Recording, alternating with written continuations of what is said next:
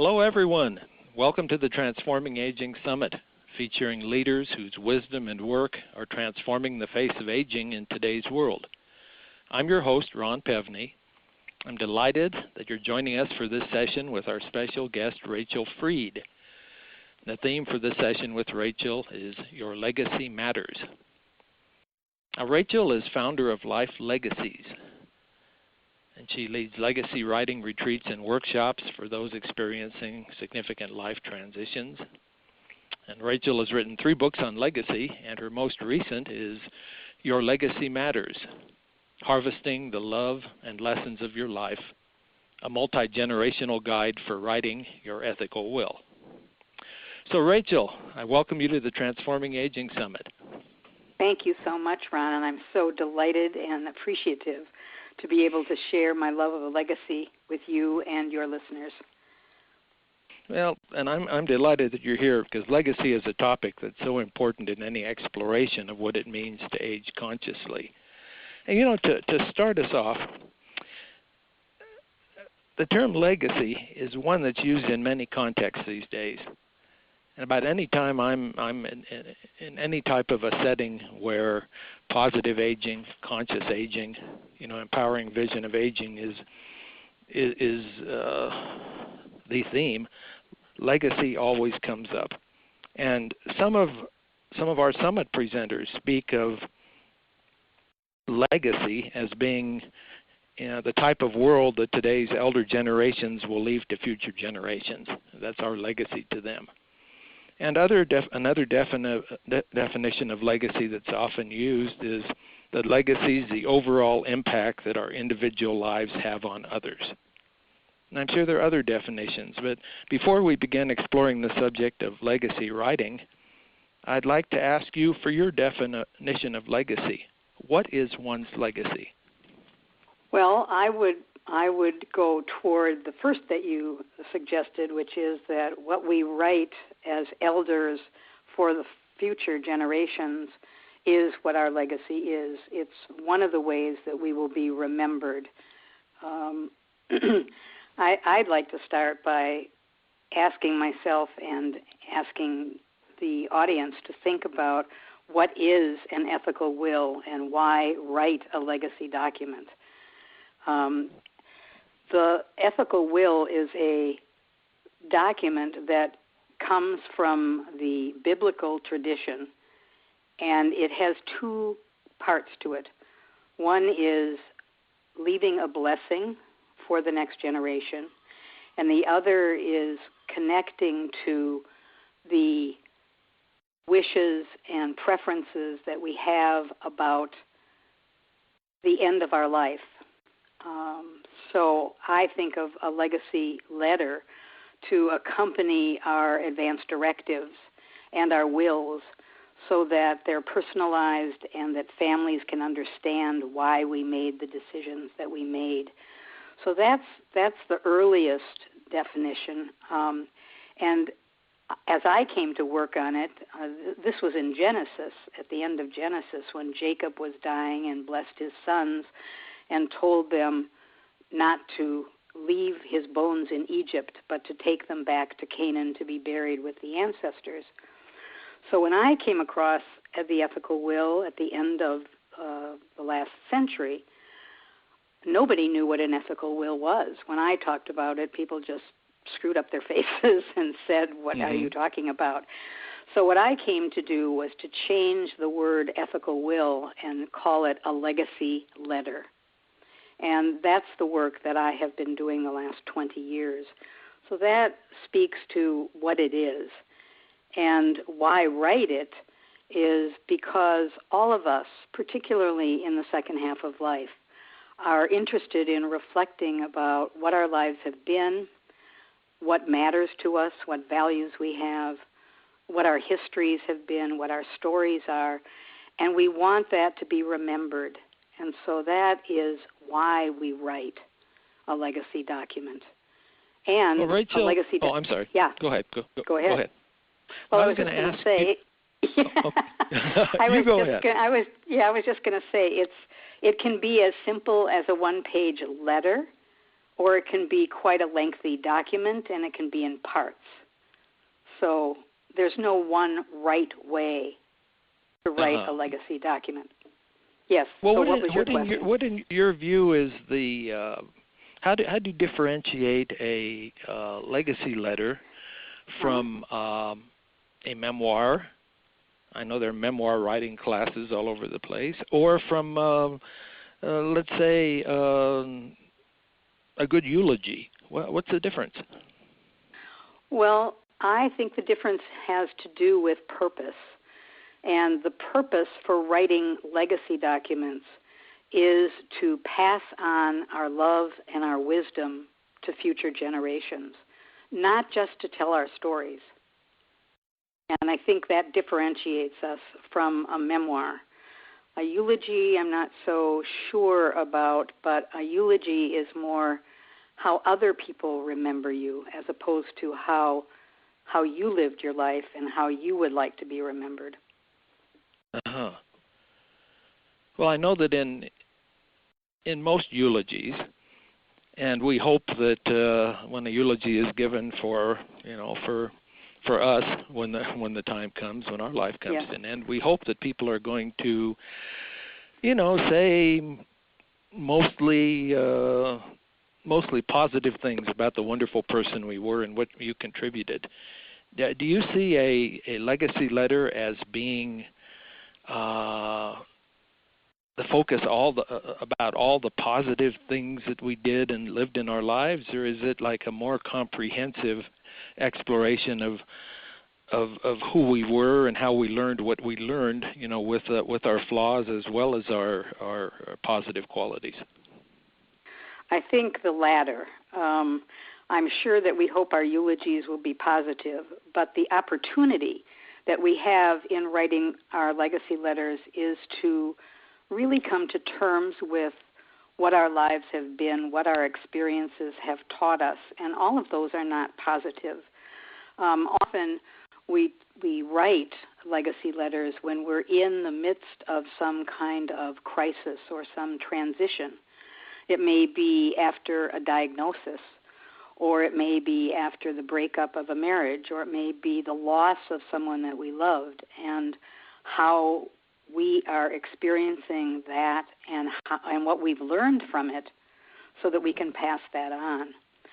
So I would not say that all legacy letters are happy, but hopefully they're all truthful as best as we can be, and that they are meaningful to someone who's reading them. In other words, can they learn something? Can we have an influence on or an impact on those who come after us or those who are our loved ones who we're writing to?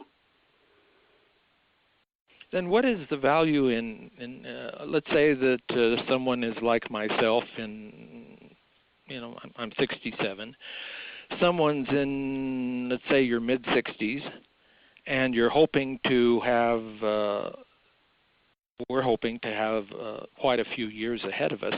What is the value in writing a legacy letter for our descendants now, as opposed to waiting until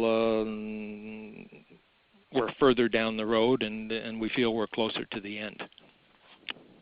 Well, I would say there's no wrong time to write a legacy letter. And I would say that we should be starting even before the second half of life, before we're the elders. And partly that is because none of us know how long we have. And if we have our wits about us now, and if we're anywhere near being self-reflective and being interested in what our lives taught us so that we can pass that on, that will go on. So I don't think we write one legacy letter. I think what did you say you were, 67?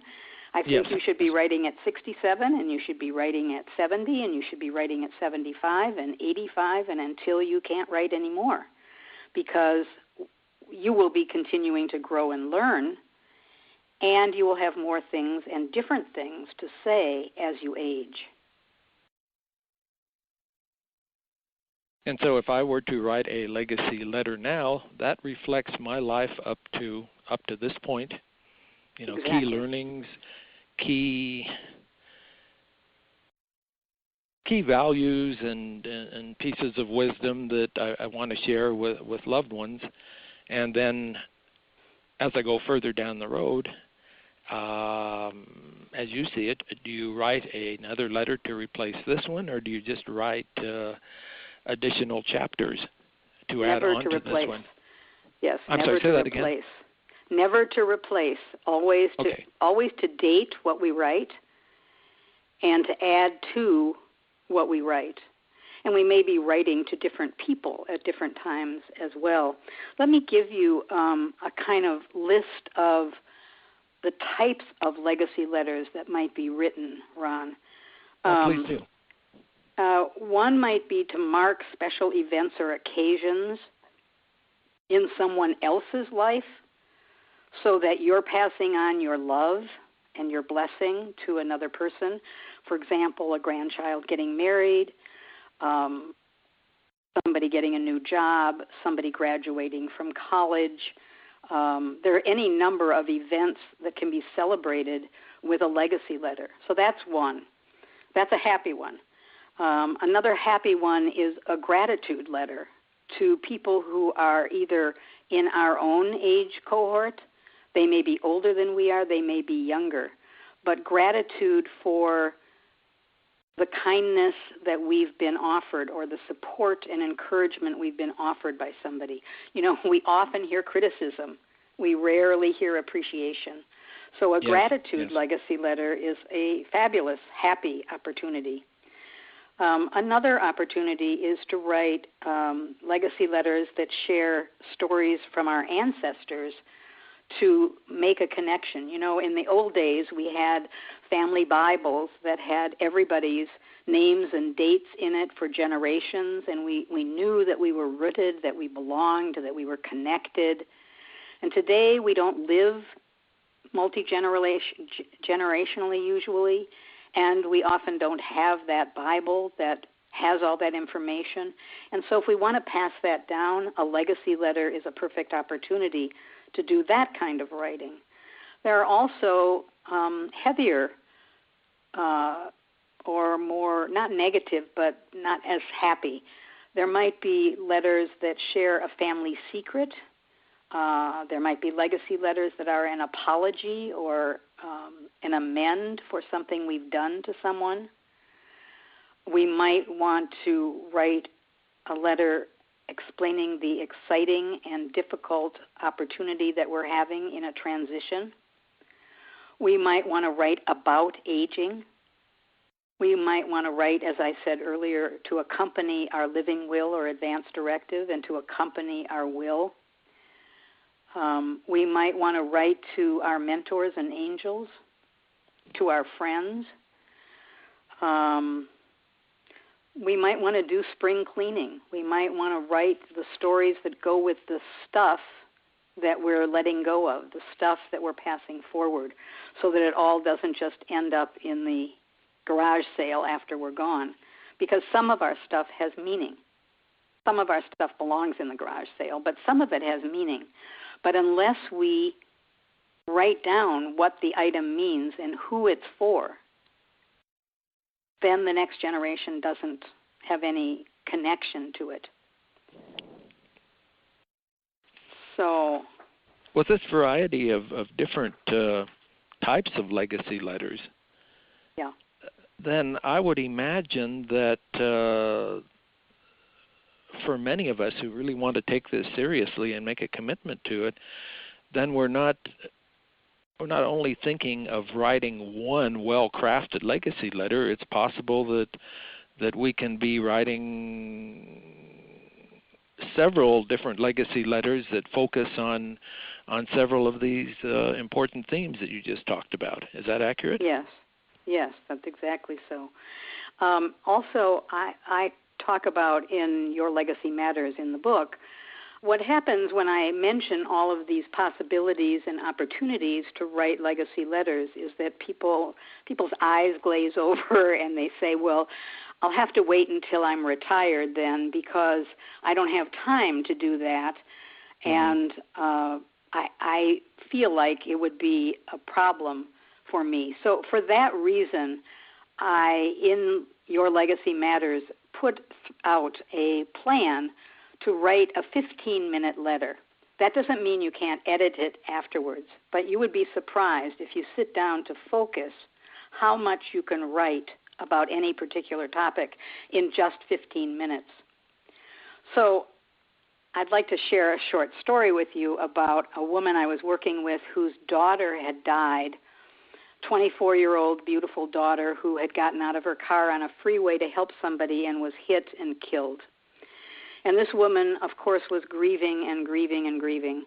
And she had been working with me writing legacy letters, and she came in one day and said to me, I've made a decision. I'm going to retire a year early, and I'm going to write a book as a legacy for my nieces and nephews, this daughter of mine's brother's children, so that they will know their daughter. What do you think of that idea?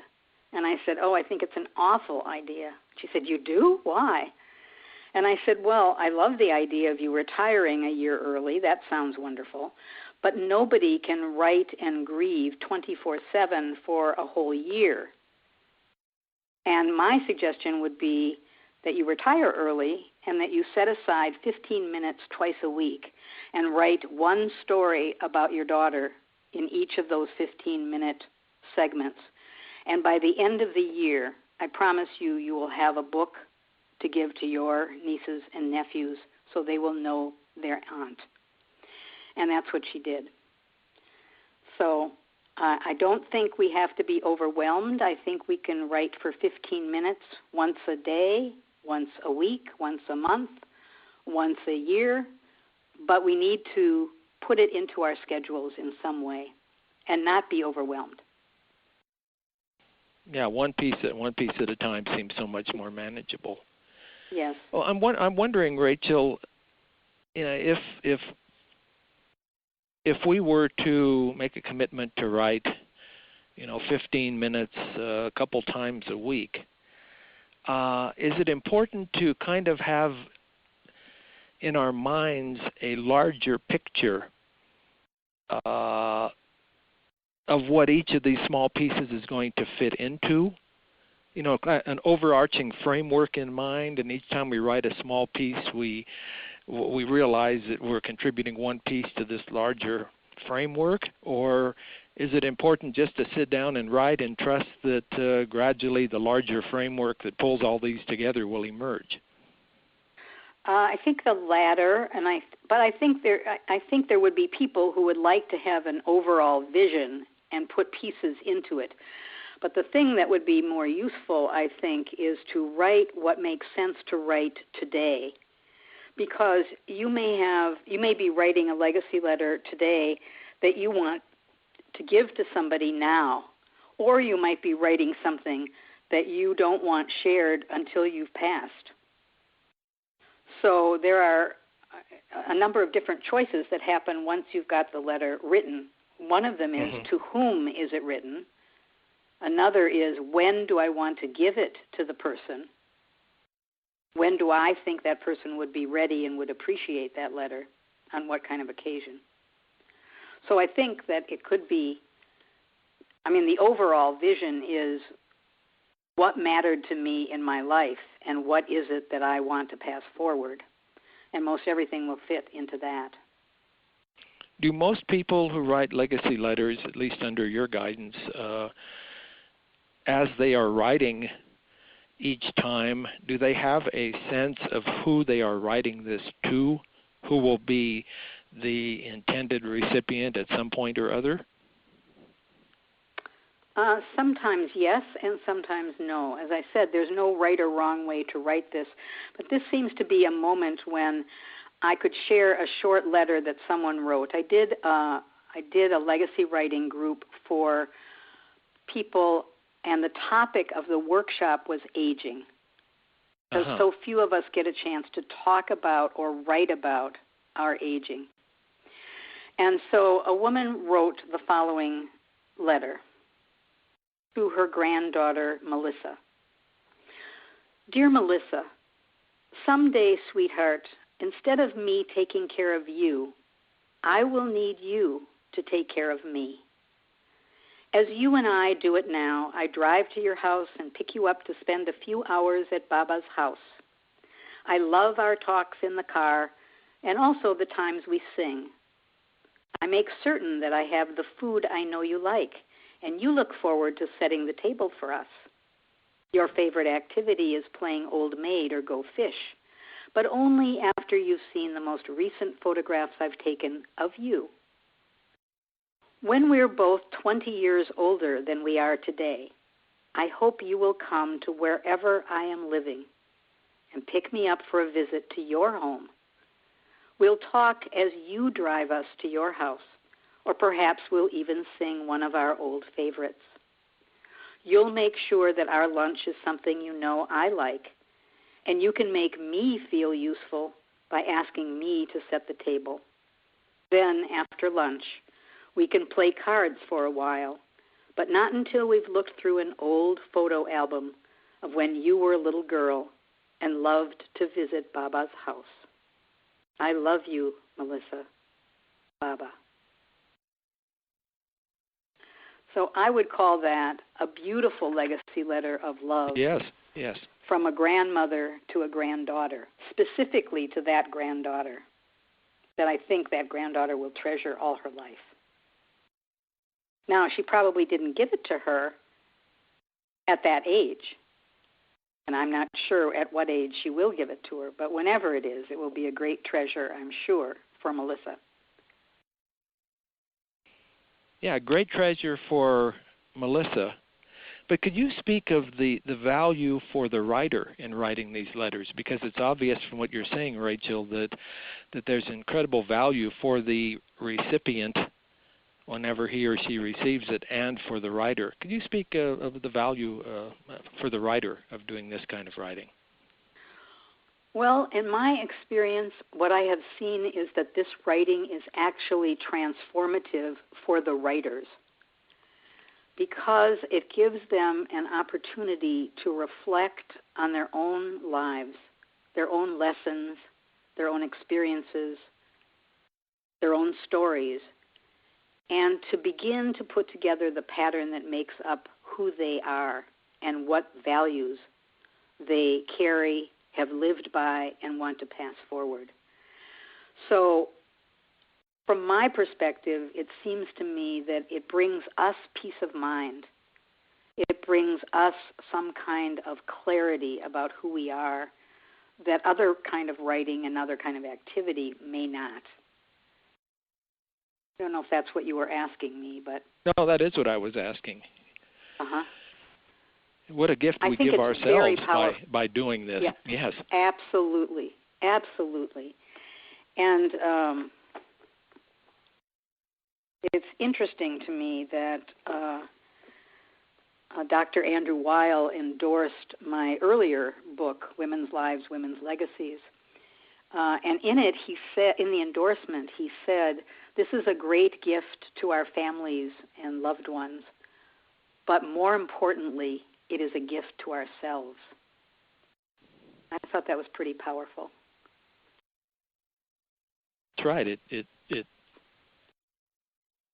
we're going to do this, it requires us to become conscious, to become reflective, to look within. All those qualities that are, as I see it, the wonderful opportunity of our aging, but we have to make a conscious intention to take advantage of them. And what a wonderful way to indeed take advantage. Yes, Rachael, let me ask you. In your book, you consider blessings the core of legacy writing. Can you say a little bit about blessings, what that means to you, and how it's the core of legacy writing?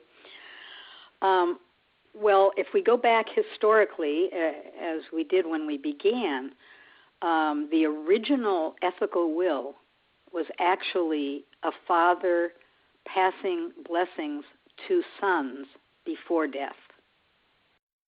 And so from my perspective, in making this a contemporary activity and making it accessible in the modern world, what I've done is taken what sounded really biblically more like instruction and turning it into blessing. I've always been a rebel. So when somebody instructed me, I was always very liable not to do what I was instructed to do. But if someone offered me a blessing, then I would be listening and taking it in. And when we're writing, I think we can differentiate instructions about what we think should happen in the future. I think instructions come out of our heads and blessings come out of our hearts. So it's a blessing. I guess I'd like to ask you to define blessing. Is a blessing like your heartfelt statement of important values that you want to communicate, or is a blessing something in addition to that? No, I think it is a communication of your respect and love and wish for them, whoever the them is, to have a more wonderful life because of what you're writing to them. So I can give you another example. This is a blessing that I wrote to my own 2 children, and the letter was about an experience that I had when I was 22, and somehow I got reminded of it at about age 70. And the experience was that I was in New York as a young woman on the subway, and a homeless woman appeared and was begging, and I turned my eyes aside, buried my head in my book, and ignored her, as did everybody else in the subway car. And suddenly the woman began to shout at us, crying out that it was okay if we didn't give her money, but it wasn't okay to avoid looking her in the face that she was a human being. And then she walked into the next car. And I was so, in those days we would say blown away and ashamed of myself that it changed me forever. I mean, I know we're taught that we shouldn't look at people when we're walking down the street, but I make a point of trying to meet eyes with people, whether they're homeless beggars or they're wealthy shoppers or whatever. And I feel better about that. So I wrote a letter about that to my children, and I concluded it with a blessing. And the blessing is this: so, my beloved and precious children, I offer you this blessing. May you both be blessed with compassionate and wise eyes that see beyond the face of circumstance, that see the spark of the divine deep within yourself, each other, and everyone on our planet. I love you, Mom. So what a beautiful gift, and that really helps me to understand what you mean by blessing. Yeah, I mean, the power. It's not just communicating values, but you're putting the power of your love and best wishes behind that, and that was beautiful as you just shared that. Thank you. I'm sorry, you were about to say something. Yeah. Well, what I wanted to say was that all of us could do things like, oh, I bless you to be happy, I bless you to be, cliches. But the kind of blessings I'm talking about come out of the letter that's being written, come out of the experience that's being shared. So one of the things that I did was I developed a 4-paragraph template for a legacy letter to simplify it. Now, every letter doesn't have to be written like this, but if you're doing a 15-minute thing and you're thinking in terms of 4 paragraphs, the paragraphs are these. 1, context. Always there should be context in there. A wise man once said to me, there's no text without a context. So in terms of legacy writing, the context paragraph is an opportunity for us to share a little snapshot of history, of the times, or of the situation, the larger situation, the larger context in which the story happens. Paragraph 2 is the tiny story that you're going to tell, like the story that I told about being on the subway. The The third paragraph is the lesson learned from the experience. And by the way, this is one of the ways this differs from memoir, where you're just telling a story.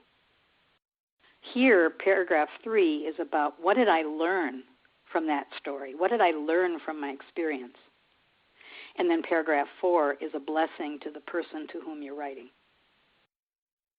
So that simplifies it quite a bit, I think. Valuable for many people. I think, you spoke of people not doing this kind of writing because they feel they don't have time.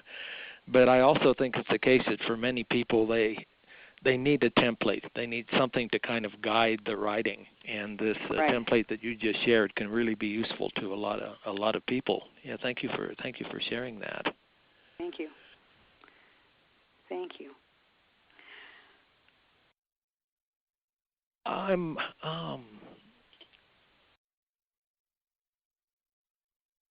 I'm wondering, as you're talking here. For a lot of people, I would think especially people who aren't that used to being reflective, and for whom this is a kind of a new venture.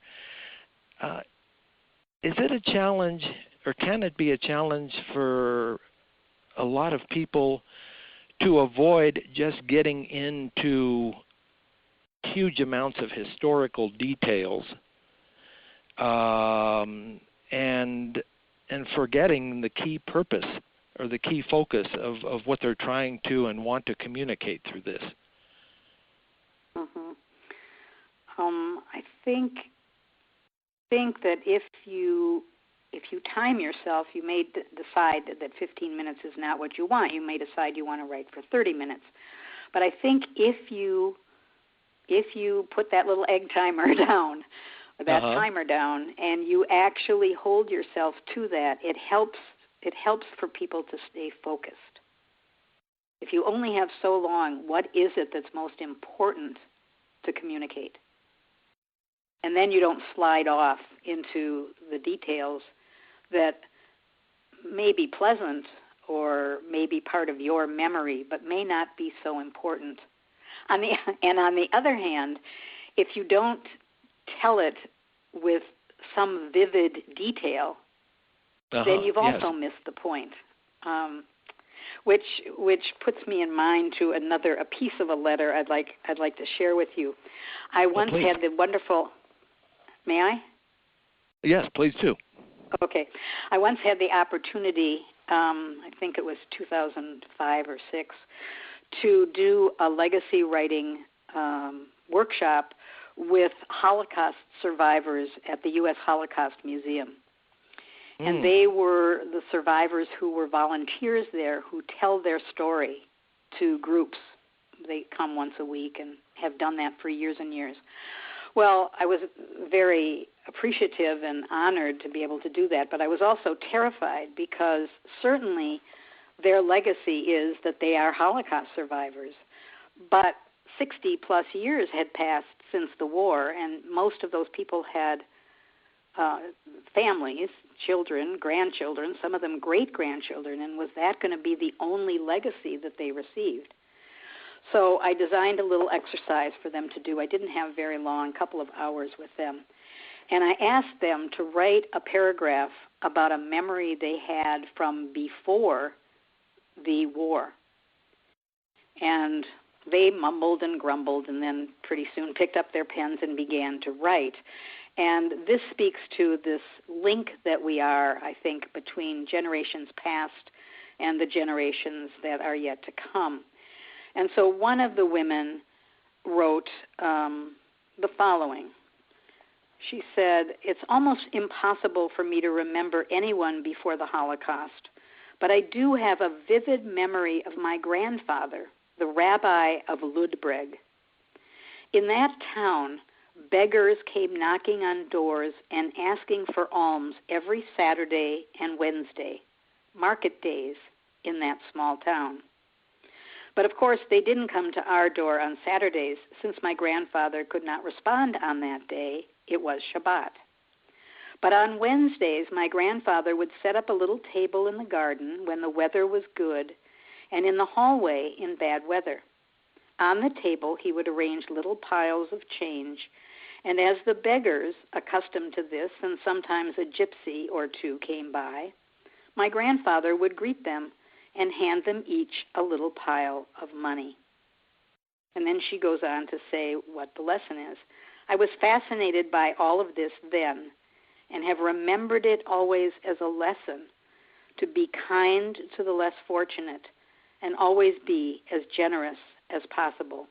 And then she goes on to bless her grandchildren. But it's the details of that story, you know, the little table in the garden and in the hallway in bad weather, and that along with the beggars would come a gypsy or two, and that they came on market day. You know, those kinds of details make the story a story. You know, it's just one paragraph, but it has to have some vivid detail. It has to have something that holds the reader to make it a powerful story. And then comes the lesson and then the blessing. And that is a powerful story. Yeah, thank you for sharing that. You know, I'm wondering, as we're talking about the various types of legacy letters. Yes. And if someone is doing their writing 15 minutes, you know, 1 or 2 days a week, do you have guidance for people as to how they might at some point, if they would like to pull all these pieces together into perhaps one really comprehensive legacy letter that includes all these elements, you know, gratitude and stories from ancestors and apologies and you know, personal experiences through which the writer has learned really important things. Do you have any guidance as to how one can weave all these discrete pieces together into one comprehensive letter, if that's what you'd like to do? I think it would be more like a compendium than trying to put it into one letter. So they might do it by calling it Reflections from the Second Half of My Life, or the things I thought were important as I aged, or, you know, some overall title. Neither of the ones I gave are very clever, but you get the idea, something that would hold them. And then I think, again, very important to date whatever you write. Then you might put them together by dates, or you might put them together depending on the subject, or you might put them together depending on who the recipients were. You know, there would be a number of ways to organize those letters within the one overall framework. Yeah, yeah. And I might want to say at this point as well that it's really, really important that we keep second copies in a different medium. I do suggest that people write some of these letters in their own hand. Some of them they may want to type and put out from their computer, but there's nothing more personal than your own handwriting. So some of this should be done in your own hand,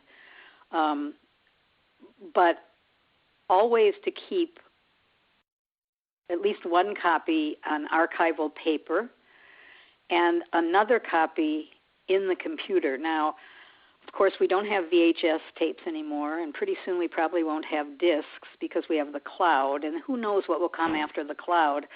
But the idea of trying to keep it in another mode, and I think it would be electronic as well as a paper mode, is really important because they can be lost otherwise, and we don't want them to be lost. They're very, very valuable letters.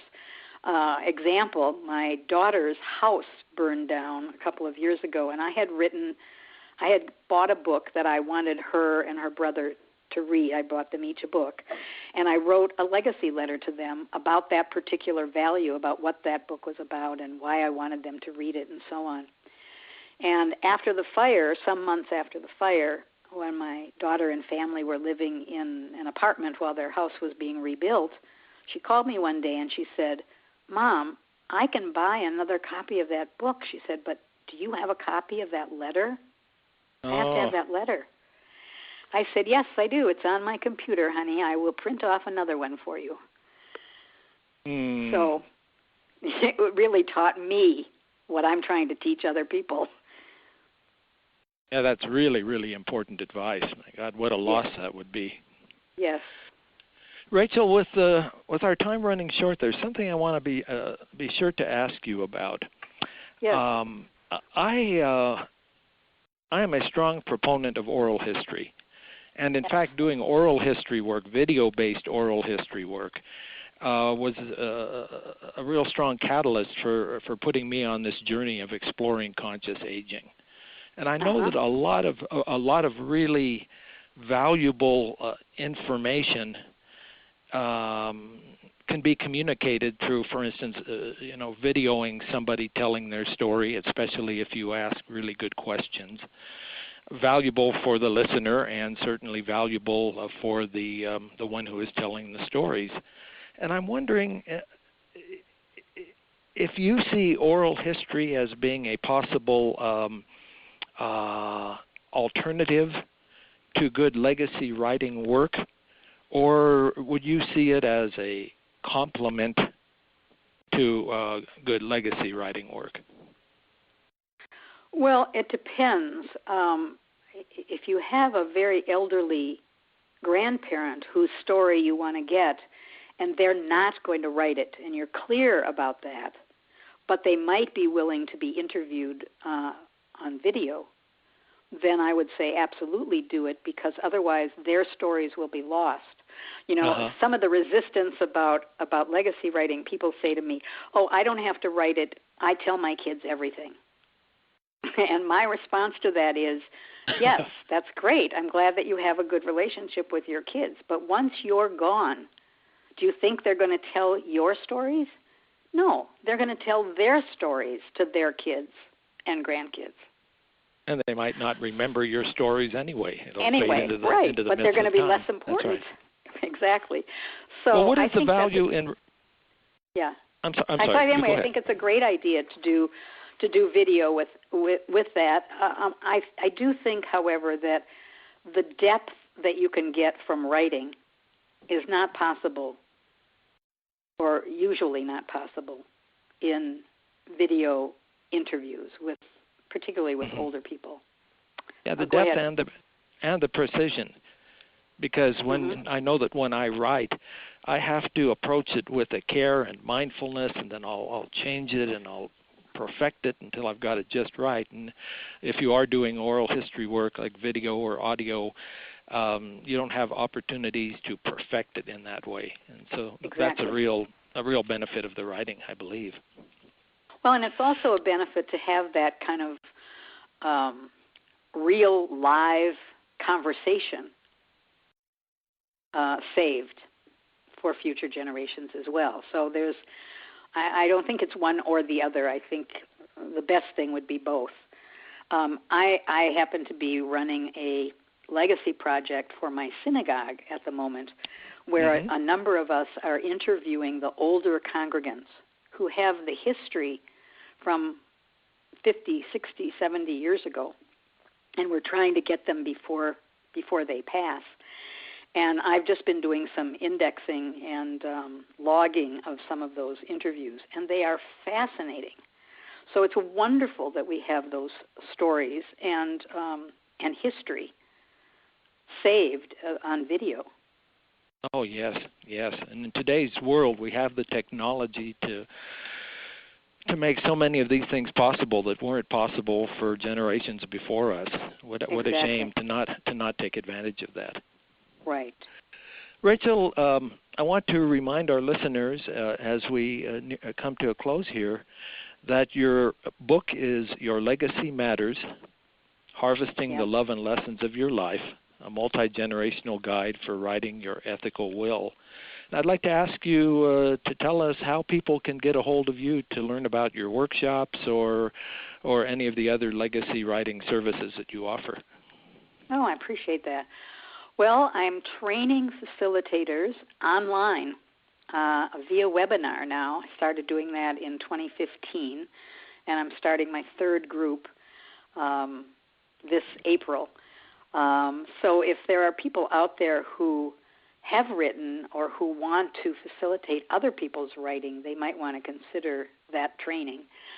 How you can get hold of me, first of all, how you can get the books is they're on Amazon, or you can go to your local small bookstore, independent bookstore, and tell them the name of the book and the author, and they will be able to order them. You're not going to walk into a bookstore and find them, I'm sorry to say. But they are available, both Women's Lives, Women's Legacies, and Your Legacy Matters. My website, which has much information and also an opportunity to sign up for a monthly e-letter called Tips and Tools, Legacy Tips and Tools, is free, and I write one of those every month and send them out. So the website is www.life-legacies.com.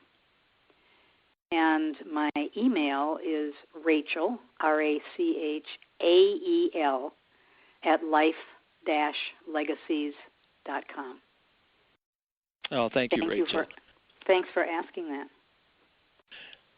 Rachael, do you have a final blessing that you would like to share with us as we come to a close? I would very much, Ron. And before I do, thank you so much for this opportunity. I have loved talking with you, and thank you very much, Rachael. Yeah, thank you. So here's my blessing to everyone listening.